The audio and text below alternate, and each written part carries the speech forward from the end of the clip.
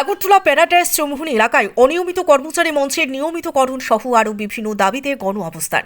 শনিবার ত্রিপুরা অনিয়মিত কর্মচারী মঞ্চ নিয়মিতকরণ সহ বিভিন্ন দাবি আদায়ে আগরতলার প্যারাডাইস চৌমুহনী এলাকায় 3 ঘণ্টার গণ অবস্থান কর্মসূচি। উপস্থিত ছিলেন ত্রিপুরার বিশিষ্ট আইনজীবী পুরুষোত্তম রায় বর্মন সহ নানুরা। সংবাদ মাধ্যমের মুখোমুখি হয়ে তিনি জানান, অনিয়মিত কর্মচারীদের নিয়মিতকরণ, সমকাজে সমবেতন প্রদান, আংশিক সময় কর্মচারীদের পূর্ণ সময়ের অনিয়মিত কর্মচারী হিসেবে স্বীকৃতি প্রদান করতে হবে সরকারকে।